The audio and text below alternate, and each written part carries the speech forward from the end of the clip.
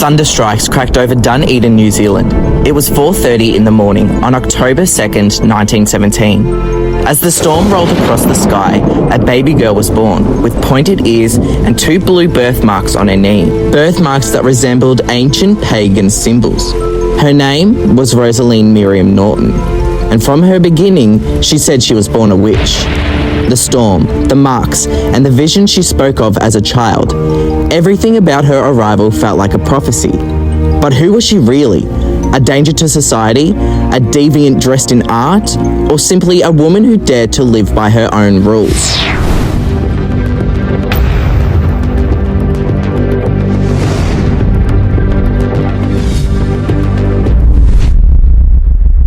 In 1925, at the age of 8, Rosaleen and her family migrated to Australia, settling in at Lynfield, Sydney. But even as a child, she refused to live like everybody else. While her family enjoyed the warmth of their new home, Rosaleen chose to cozy up in a backyard tent surrounded by critters, often with a lizard tucked into her pocket. Ordinary didn't seem to suit her, with her nights filled with dreams that felt more like visions. At the age of 5, she claimed to have seen a lady in grey, a dragon, and beings she would later call astral entities. By 14, she was expelled from the Church of England girls' school in Chatswood for creating, quote, depraved images of vampires, ghouls, and demons. But Rosaleen never saw her work as dark. I don't invent these things, I see them. She would later study at East Sydney Technical College under sculptor Rainer Hoff, and he would encourage her style with praise. He once told her, "Don't filter your instincts, honor them." By the 1940s, Rosaleen had settled in at King's Cross, Sydney's infamous red light district, a gritty, non-conforming area known for its history of gang violence, jazz enthusiasts, sex workers, drunks, queers, and now, a witch. It was a perfect stage for someone like her, a place where rules blurred and outsiders became icons. Rosaleen's god wasn't Jesus, and it wasn't Lucifer either. It was Pan, the wild-horned Greek deity of chaos, lust, and unfiltered nature. She painted what she saw in visions: Pan, winged beasts, rituals of ecstasy, and half-human spirits. But even mentioning a name such as Pan sparked outrage. After all, this was still a country shackled to British colonial values, where Christian morals ruled politics, education, and everyday life. At the time, most Australians hadn't even seen nudes outside medical textbooks, let alone a horned god painted by some witch's vision. Any deity beyond the Christian pantheon, especially one that celebrated lust, ecstasy, or animal nature, wasn't just taboo, it was dangerous. To the press, it was a scandal, and to the church, it was blasphemy. In 1949, Rosaleen exhibited her work at the University of Melbourne, but the show didn't last long.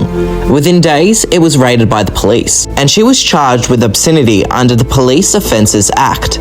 But in court, Rosaleen defended her work with striking clarity. These weren't lewd, she argued. They were mythical, not depraved, but symbolic. The judge agreed, and all charges were dismissed. The police were ordered to pay £4 and 4 shillings, which would have been about $7.82 in decimal currency.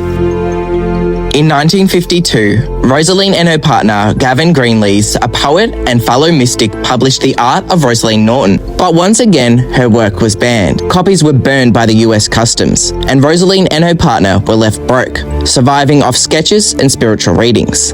By now, the media wasn't just documenting her, they were fueling a full-blown moral panic. Tabloids branded her as a black magic priestess and satanic pervert, but Rosaleen denied none of it, except the hysteria. She knew the media needed a villain, so she gave them one. She posed in pointed witches' hats, as if to say, if they wanted a witch, she'd play the part, but on her own terms. Once she wore the witch's hat, they couldn't use it against her anymore. She wasn't their victim, she was just their mirror. And yet, her final scandal was yet to come. In 1955, police seized ritual photographs, some staged and others not. She was accused of performing black masses and charged with unnatural sexual acts. But Rosaleen didn't bow down. She faced it all. And that kind of defiance didn't come from rebellion alone. Maybe you can say it was written in the stars. Born with her sun in Libra, she was drawn to beauty but never afraid of contrast. With her moon in Pisces, she was mystic and intuitive. And with Leo placements in Mars and Saturn, it gave her the fire to perform and the strength to endure. She lived simply and still devoted to Pan. Poor but never broke. Faded but never silent. To the public, she was still known as the Witch of King's Cross. But to friends, she was simply just Rowie. And the truth is, it seems she has done no harm. No sacrifices, no curses, no cruelty. She was a woman, a queer, occultist, an artist, and a pioneer. She was born during a storm, and then simply became one.